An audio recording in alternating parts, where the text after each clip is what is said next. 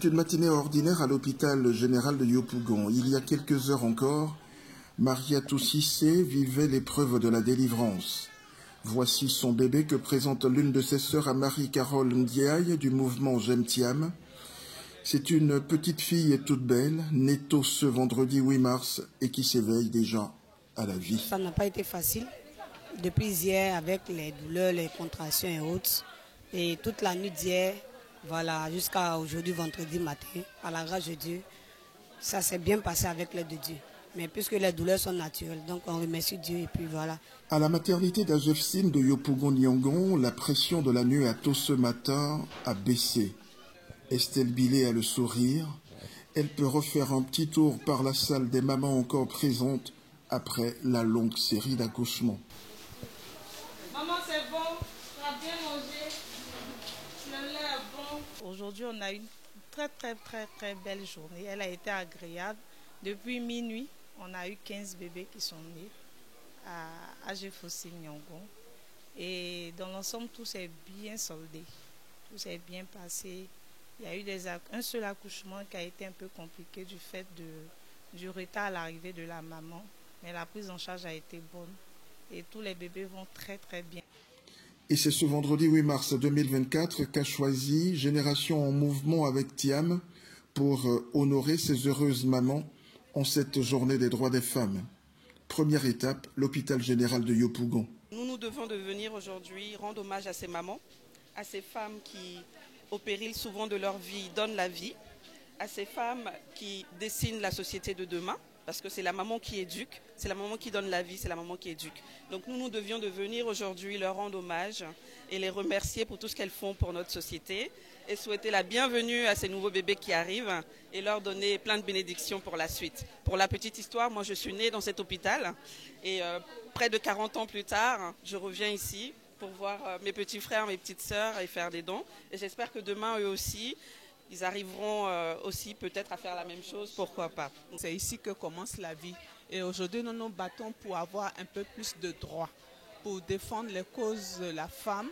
C'est vrai, nous avons déjà des acquis, mais il reste encore beaucoup de droits et de devoirs pour la femme. Et nous pensons qu'avec le mouvement que nous soutenons, celui qui est à la tête, il va faire que la femme sera encore beaucoup plus valorisée et qu'elle pourra prendre la place qu'elle mérite au sein de la société. Vraiment mes félicitations.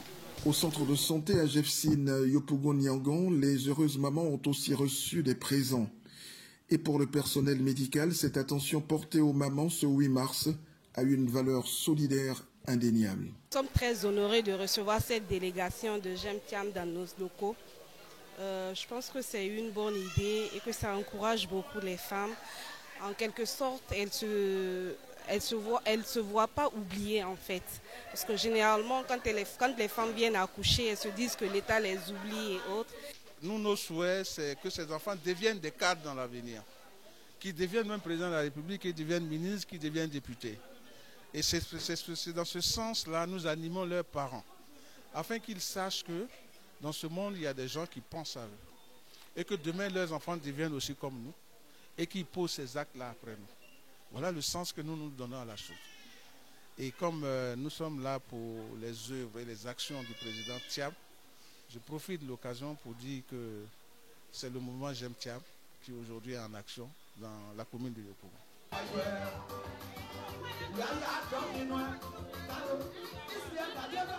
Dernier acte de cette longue journée, la rencontre joyeuse avec les femmes de l'association Vailly d'abord.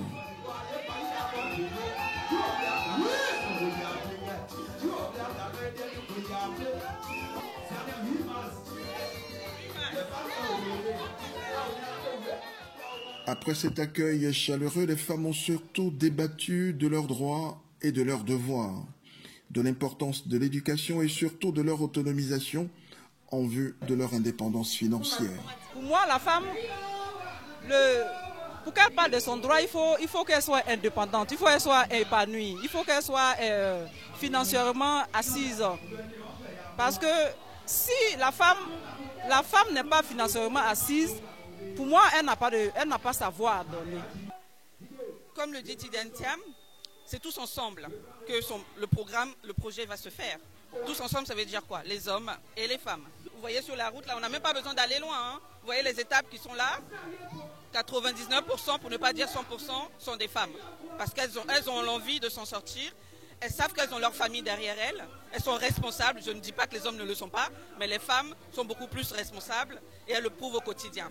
Donc je pense que donner la possibilité à une femme d'avoir une position économique importante sera source de motivation, source de grandeur pour notre nation, pour notre pays. Et je pense que ça, le ministre Tidjane Thiam l'a bien compris. Ce vendredi 8 mars, donc, on a joint l'utile à l'agréable.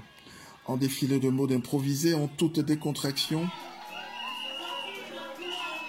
un concours de danse urbaine pour le bonheur de l'assistance,